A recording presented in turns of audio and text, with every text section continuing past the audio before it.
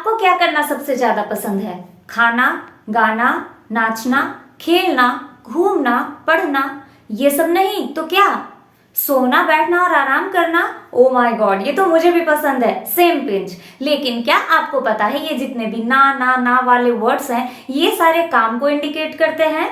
जी हाँ, और उसी काम को हम इंग्लिश में कहते हैं एक्शन, और उसी काम को शुद्ध हिंदी में क्या कहेंगे? क्रिया, जो कि हिंदी ग्रामर का एक बहुत ही इंपॉर्टेंट कॉन्सेप्ट है। और उसी क्रिया को इंग्लिश के ग्रामेटिकल टर्म में पता है क्या कहते हैं? वर्ब। जी हाँ, जिस वर्ब के बारे में आप इतना कंफ्यूज रहते हैं, जिस वर्ब से आप इतना डरते हैं, वो और कुछ भी नहीं बल्कि काम को ही इंडिकेट करता है। तो है ना इंटरेस्टिंग वर्ब को समझना? लेकिन सिर्फ इतना ही जानना काफी नहीं है। वर्ब है तो एक छोटा सा टर्म, लेकिन इसका कॉन्सेप्ट बहुत ही वाइड एंड वास्ट है। लेकिन डरने की क्या बात है, मैं आ गई हूं ना आप सभी के लिए वर्ब का सीरीज लेकर, जिसमें कि हम हर एक लेसन में वर्ब को फ्रेगमेंट्स में, दैट मीन्स कि टुकड़ों में पढ़ेंगे with easy examples and clear concepts. ठीक उसी तरह से जैसे हमने first part of speech noun को पढ़ा था, second part of speech pronoun को पढ़ा था, और हमने डिटर्मिनर्स को भी पढ़ा है। आपने देखा है ना उन वीडियोस को? नहीं देखा तो देखिए ना, मैंने डिस्क्रिप्शन बॉक्स में सारे लिंक्स डाले हैं। नाउन सीरीज का प्लेलिस्ट, प्रोनाउन सीरीज का प्लेलिस्ट, डिटर्मिनर सीरीज का प्लेलिस्ट, और तो और मैंने इन तीनों को कंपाइल करके एक बेसिक इंग्लिश ग्रामर सीरीज का प्लेलिस्ट भी बनाया है। आपको जो भी वीडियो देखना है प्लेलिस्ट पे जाके चेक कर सकते हैं। तो दोस्तों, वर्ब को समझने में देर किस बात की, जुड़ जाइए मेरे साथ and let's get going. Friends, English हम सिर्फ दो ही रीजन से सीखते हैं। पहला तब जब हमें इंग्लिश बोलना सीखना हो, जिसको हम स्पोकन इंग्लिश कहते हैं, और दूसरा तब जब हमें एग्जाम्स, कॉम्पिटिशन्स या एंट्रेंसेस वगैरह क्लियर करना हो, जिसको हम रिटन इंग्लिश कहते हैं। तो चाहे स्पोकन इंग्लिश हो या रिटन इंग्लिश हो, whatever may be the reason behind your learning English, sentences को जानना सबसे ज्यादा जरूरी है। क्यों? क्योंकि सेंटेंसेस ही हम बोलते हैं, सेंटेंसेस ही पढ़ते हैं और सेंटेंसेस ही लिखते हैं। और तो और ये सेंटेंसेस ही हैं जिनमें की वर्ड्स के पोजीशन के थ्रू हम ये डिसाइड कर पाते हैं कि वो वर्ड जो है वो कौन सा पार्ट्स ऑफ स्पीच है या कौन सा ग्रामेटिकल कॉन्सेप्ट है।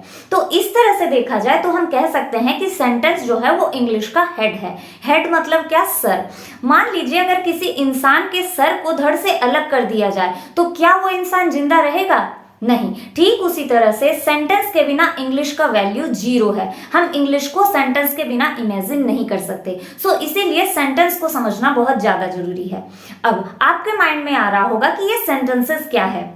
अगर आप मेरे एक रेगुलर व्यूअर हैं तो आपको पता होगा कि मैंने कहा था सेंटेंसेस फॉर्म करने का जो बेसिक सिंटेक्स है वो है subject plus verb plus object, जिसका एग्जांपल है राम प्लेस फुटबॉल। यहाँ पे राम हमारा सब्जेक्ट है, वर्ब प्लेस है और फुटबॉल ऑब्जेक्ट है। लेकिन हम सिर्फ एक सब्जेक्ट और वर्ब से भी एक सेंटेंस फॉर्म कर सकते हैं।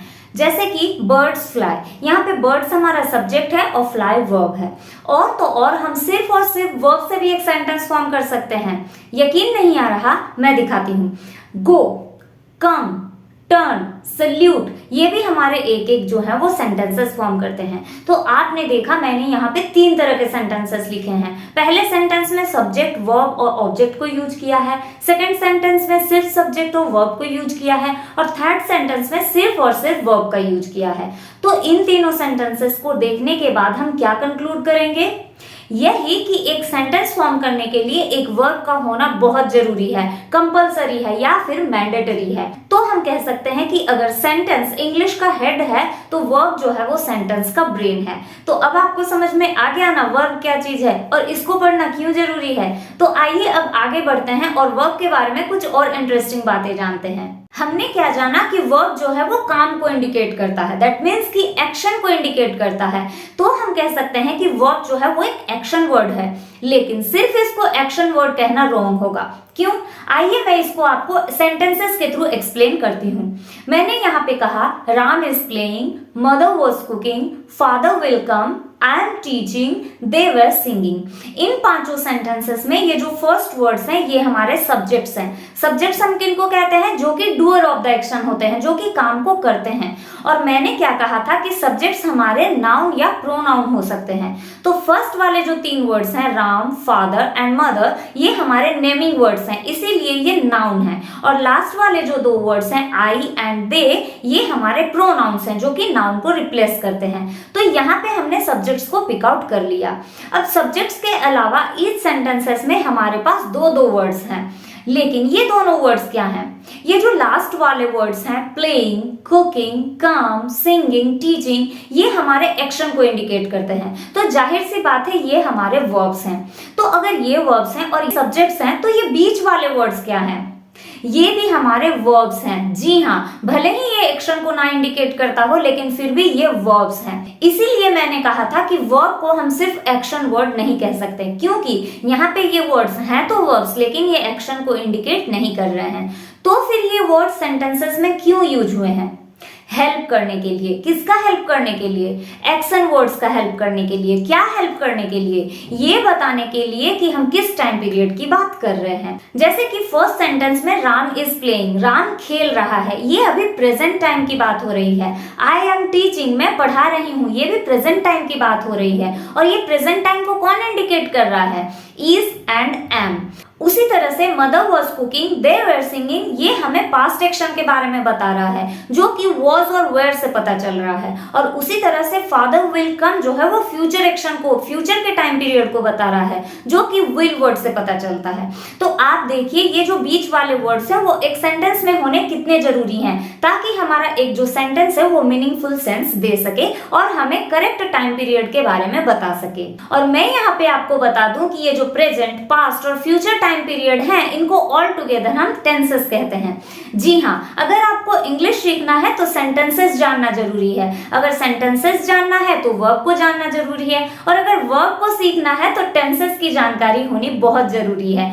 तो आप देखिए ये सारे ही ग्रामेटिकल कॉन्सेप्ट्स जो हैं वो एक दूसरे से कनेक्टेड हैं। वर्ब हमारा पार्ट्स ऑफ स्पीच में इंक्लूडेड है, लेकिन टेंसेस और सेंटेंसेस पार्ट्स ऑफ स्पीच में इंक्लूडेड नहीं होते। लेकिन क्योंकि ये वर्ब से कनेक्टेड है, इसीलिए हम वर्ब की सीरीज को कंप्लीट करने के बाद टेंसेस के बारे में पढ़ेंगे।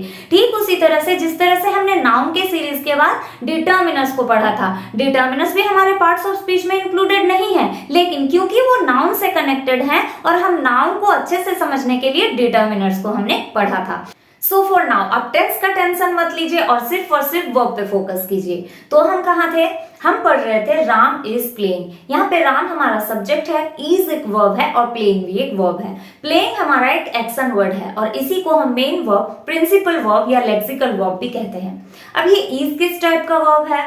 क्योंकि ये मेन वर्ब को हेल्प करता है, इसीलिए हम इसको हेल्पिंग वर्ब कहते हैं। और इसी का दूसरा नाम है ऑक्सिलरी वर्ब, और ऑक्सिलरी का मीनिंग और कुछ भी नहीं बल्कि हेल्पिंग ही होता है। तो यहाँ पे हम क्या कंक्लूड करते हैं कि वर्ब जो होते हैं वो टू टाइप्स के होते हैं। पहला हो गया हेल्पिंग वर्ब और दूसरा मेन वर्ब। अब ये हेल्पिंग वर्ब और मेन वर्ब के भी बहुत सारे कैटेगरीज हैं। एक क्लास में हम इन सारे टाइप्स एंड कैटेगरीज को कवर नहीं कर सकते, इसीलिए आज के क्लास को हम करते हैं यहीं पे पैकअप। नेक्स्ट क्लास में हम फिर से मिलेंगे, वर्ब के सीरीज को आगे बढ़ाते हुए इसके डिफरेंट टाइप्स एंड कैटेगरीज के बारे में जानेंगे। अगर आपको भी देखना है वो वीडियो और जुड़े रहना है मेरे साथ, तो सब्सक्राइब कर लीजिए मेरे चैनल को, बेल आइकन को प्रेस कर लीजिए ताकि आपको अपकमिंग वीडियोस के नोटिफिकेशन सबसे पहले मिले और आप अपडेटेड रहें। Thanks for staying tuned guys, stay connected, stay happy and bye bye.